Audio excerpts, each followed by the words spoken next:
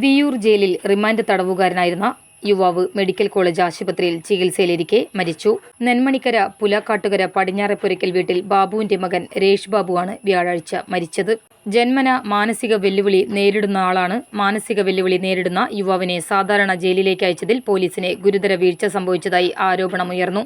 May 16-നാണ് അടിപിടി കേസിൽ Thrissur east police രേഷ് ബാബുവിനെ അറസ്റ്റ് ചെയ്തത്. 17-ന് Thrissur judicial first class magistrate കോടതി ഇയാളെ റിമാൻഡ് ചെയ്തു. മെയ് 26-ന് വൈകിട്ട് ജയിലിൽ നിന്നും രേഷ് ബാബുവിന്റെ അച്ഛൻ ബാബുവിനെ വിളിച്ച് മകൻ സുഖമില്ലാതെ മെഡിക്കൽ കോളേജിലാണെന്നും എത്രയും പെട്ടെന്ന് മെഡിക്കൽ കോളേജിൽ എത്തണമെന്നും ആവശ്യപ്പെട്ടു. എന്താണ് സംഭവിച്ചതെന്ന് അന്വേഷിച്ചപ്പോൾ മകൻ ജയിലിൽ ടോയ്ലറ്റിൽ പോയി തിരിച്ചുവരവെ ചന്ദനത്തിരിയുടെ തിരി അല്ലാത്ത ഭാഗം വെച്ച് പല്ലിനടിയിൽ കുത്തിയപ്പോൾ വായിൽ നിന്നും ചോര വരുന്നതായി കണ്ടുവെന്നും തുടർന്ന് ചോര ഛർദ്ദിച്ചുവെന്നും പോലീസ് പറഞ്ഞുവെന്ന് അച്ഛൻ സിറ്റി പോലീസ് കമ്മീഷണർക്ക് നൽകിയ പരാതിയിൽ പറയുന്നു. എന്നാൽ മകന്റെ ചുണ്ട് നീര് കെട്ടിയിരുന്നതായി പരാതിയിൽ പറയുന്നു. ഡോക്ടറോട് ചോദിച്ചപ്പോൾ തലയിൽ ചതവ് പറ്റിയതായി കാണുന്നുണ്ടെന്നാണ് പറഞ്ഞത്. ഏതോ മരുന്ന് ഓവർഡോസ് കഴിച്ചതാണ് കാരണം എന്നാണ് ഇപ്പോൾ പോലീസ് പറയുന്നത്.